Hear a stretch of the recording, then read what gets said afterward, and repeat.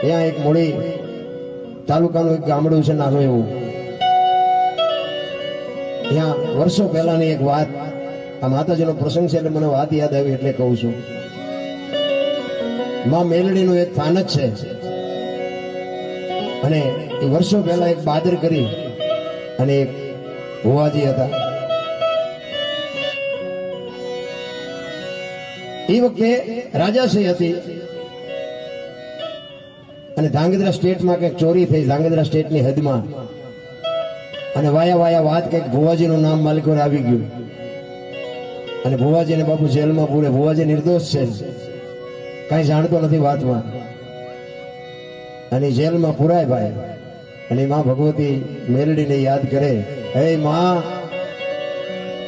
માં કે મારો કાંઈ વાંક નથી, ગુનો નથી, દોષ નથી, હું તો એક પામર છું, તારો એક પાવળિયો છું. હું એક તારો દીવો ધૂપ કરું છું અને મને જે મળે મજૂરી કરીને મારું પેટ ભરું છું, અને મારી માથે આ દશા. જેલમાં બાપુ ખાવાનું પીવાનું બંધ કર્યું, અન્નજળનો ત્યાગ કરી અને માં ભગવતીનું સ્મરણ કરે છે. જેલમાં પડ્યો એક દી એક રાત, બીજો દી બીજી રાત થઈ અને માં ભગવતી એના સપનામાં આવે છે અને કહે છે કે વાદળ જાગસ, કે માં જાગું, હું શું ફેર પડે આમ. એ કે અદાવતી તારું નામ આપ્યું છે તું આવ્યો છું, પણ હું તને સવારે નિર્દોષ ન છોડાવું તો હું મેલડી નહીં, તું સમજ લેજે. બાદરની આંખમાંથી બાપુ ચોથા રાહુડા પડે છે કે માં છોડાય કે ન છોડાય, પણ હવે આમાં મારું તો બોલાઈ ગયું ને. એ કે સવારે તને પ્રમાણ વાળી વાત કરી અને તને છોડાવું તો, એ કે સવારમાં તને છોડાવે એ રાજાના દીકરો જ બાપુ મેળીએ ચડે, ડાબો પગ જો ભાંગી ન નાખું તો માનજે કે મેલડીએ છોડાવ્યો તો.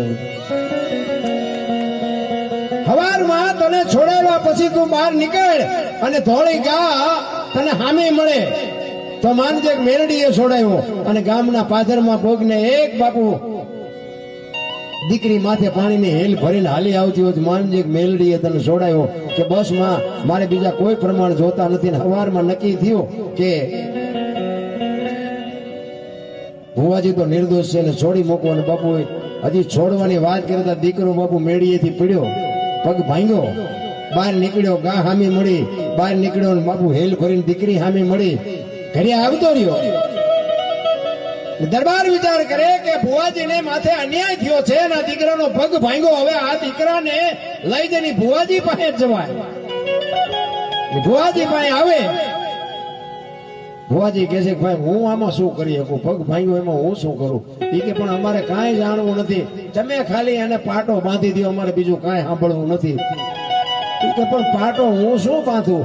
એ કે દવાખાનું તમે છો, માતાજીએ તમે છો, ડોક્ટરે તમે છો, આનો પગ તમારે હમો કરવાનો છે.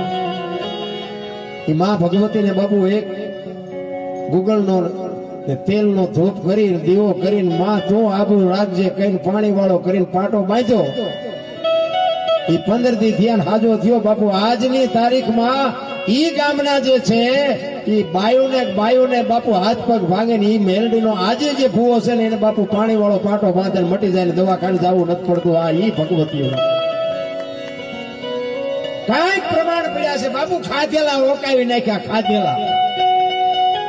શું તમે જોગમાયા એની વાત કરો છો?